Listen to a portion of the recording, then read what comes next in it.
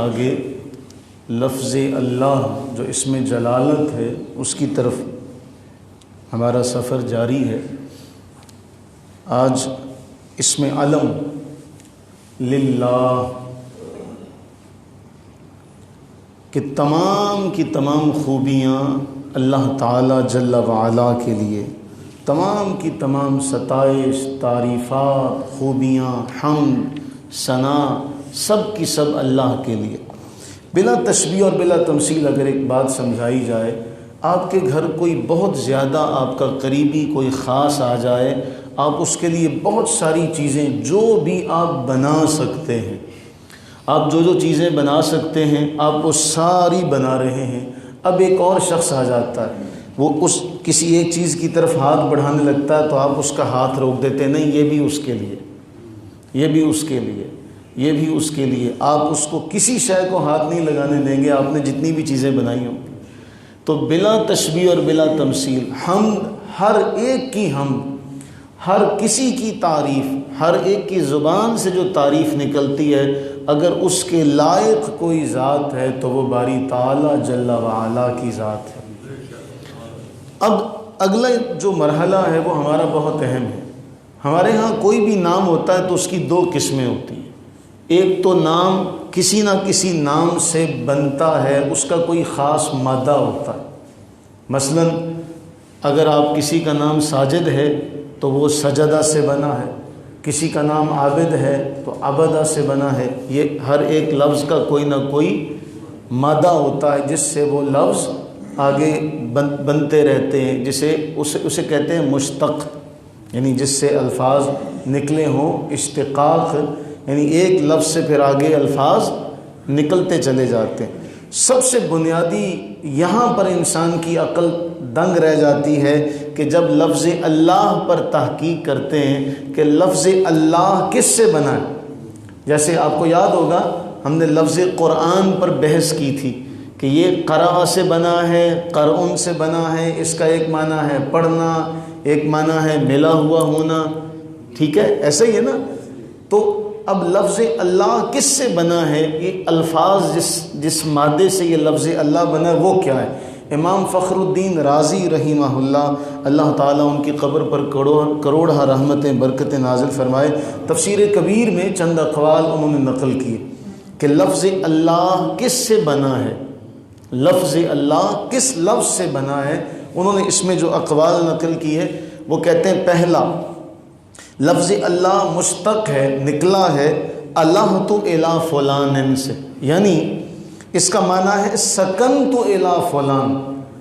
یہ الفاظ تو آپ کو یاد نہیں رہیں گے لیکن اب اس کا جو مادہ ہے اس کے اعتبار سے معنی ذہن میں رکھیے گا، یعنی اللہ وہ ہے جس کے نام سے تسکین ہوتی ہے،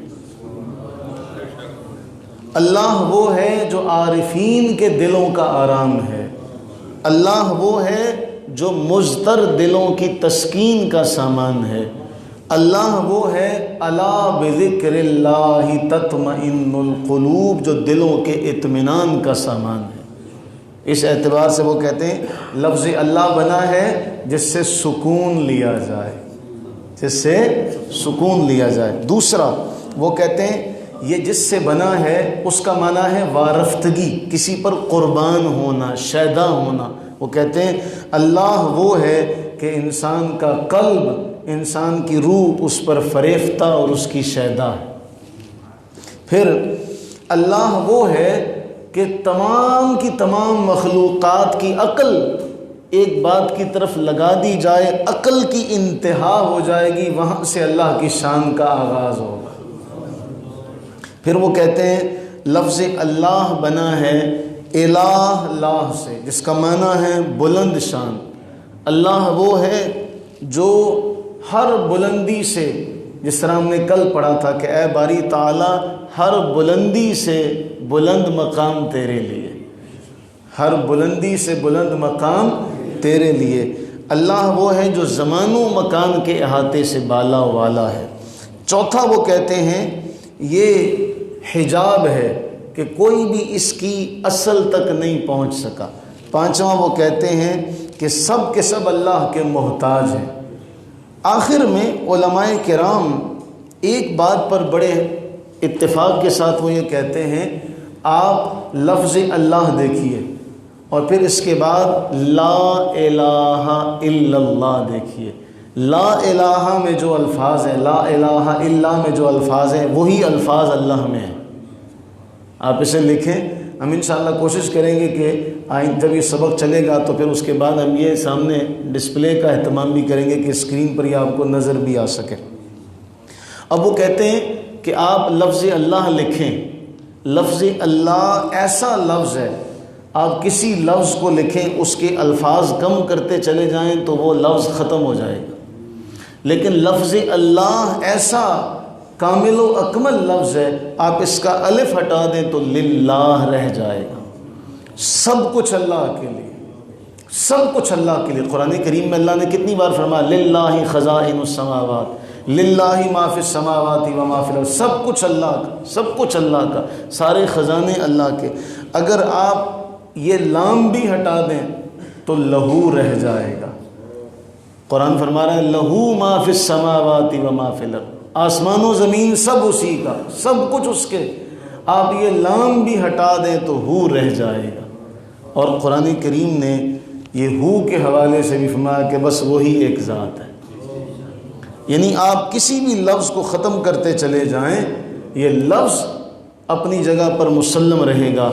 بالآخر علماء اس نتیجے پر پہنچے، وہ کہتے ہیں یہ لفظ بھی کسی لفظ سے نہیں بنا، لفظ اللہ بھی کسی لفظ سے نہیں بنا، اس کا کوئی مادہ نہیں ہے، یہ وہ ذات ہے، اس ذات کا لفظ ہے کہ آپ اس لفظ کی اصل بھی نہیں نکال سکتے، یہ ایسے ہی نازل ہوا، یہ ایسے ہی نازل، جیسے رحمان ہے رحم سے بنا ہے، رحیم رحم سے بنا ہے، رزاق رزق، ٹھیک ہے، آپ ہر لفظ کی اصل نکال لیں گے، لیکن لفظ اللہ اصل میں بھی اللہ ہی ہے۔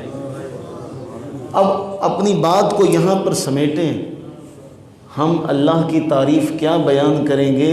آج تک سائنسدان ہمارے دماغ کی وسعتوں کا اندازہ نہیں کر سکے کہ اللہ نے جو انسان کو دماغ دیا ہے اس کی وسعتوں کا مقام و مرتبہ کیا ہے، ٹھیک ہے۔ اس سے آگے چلیں تو ساری دنیا میں سارے کے سارے بزرگان دین جب وہ اس مقام پر پہنچتے ہیں، اس کائنات میں جو اس مالک کی حمد کرنے والی سب سے بڑی ذات ہے وہ احمد کی ذات ہے صلی اللہ علیہ وسلم، اور اس ذات گرامی کے بارے میں کیا کہتے ہیں؟ چپ کر مہر علی، چپ کر مہر علی تھے جا نہیں بولن دی۔ تو جس کی مخلوق کی ہم تعریف نہیں کر سکتے، جو اس کی تعریف کرنے والا ہے، جو اس نے احمد بنایا، جو اس نے اپنی تعریف کرنے کے لیے بنایا، ہم اس کی تعریف نہیں کر سکتے، تو جس کی وہ تعریف کر رہا ہوگا اس کی تعریف ہم کہاں کر سکتے؟ اس ذات کو اللہ کہتے ہیں۔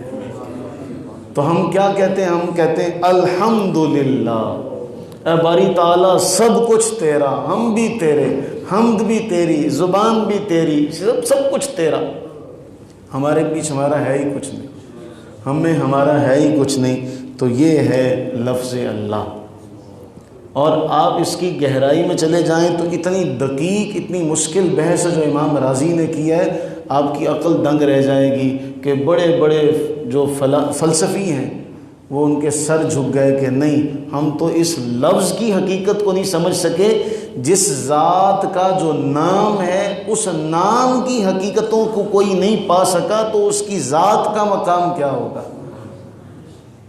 بات سمجھیے گا، اگر کوئی بندہ اس کا جو نام ہے اس نام کی کوئی نہ کوئی حقیقت ہے، وہ کہتے ہیں ذات تو بڑی اعلیٰ اور عرفہ ہے، اس کا نام ہی ایسا ہے کہ اس کے نام کی تحقیق کرتے چلے جائیں، اس کی کھوج میں لگے رہیں، جستجو میں لگے رہیں، اس کی اصل کو کبھی نہیں پا سکتے۔ تو جس کے نام کی اصل کو پانا ممکن نہ ہو، اس ذات کا لا تدرکہ الابصار، تم اس کا احاطہ نہیں کر سکتے، ہماری آنکھیں اس کا احاطہ نہیں کر سکتی۔ ہاں وہ سب کچھ، وہ سمیع البصیر، وہ سمیع بھی ہے، وہ بصیر بھی ہے۔ باری تعالیٰ ہماری ٹوٹی پھوٹی حمدوں کو قبول فرما، ہماری ٹوٹی پھوٹی حمدوں کو قبول فرما۔ جو ایمان افروز بات ہے وہ یہ ہے، رسول اللہ علیہ السلام نے ایک مرتبہ فرمایا یہ 14ویں کا چاند ہے، اسے دیکھتے ہوئے تمہیں کوئی مشکل آتی ہے؟ صحابہ کرام علیہ رضوان عرض کرنے لگے نہیں، فرمایا ایسے ہی رب کا دیدار بھی ہوگا، ایسے ہی رب کا دیدار بھی ہوگا، جس طرح چاند کو دیکھنے میں کوئی تکلیف مشقت نہیں ہوتی، اسی طرح رب تعالیٰ اپنا دیدار عطا کرے گا۔ تو اللہ سے دعا کریں کہ باری تعالیٰ ہمیں وہ مقام عطا فرمائے کہ نمازوں کی حفاظت کرنے والے اس مقام پر ہوں گے کہ پھر رب تعالیٰ کا دیدار کریں گے۔ باری تعالیٰ اپنی رحمت کا صدقہ ہمیں علم نافع عطا فرمائے، آمین ثم آمین۔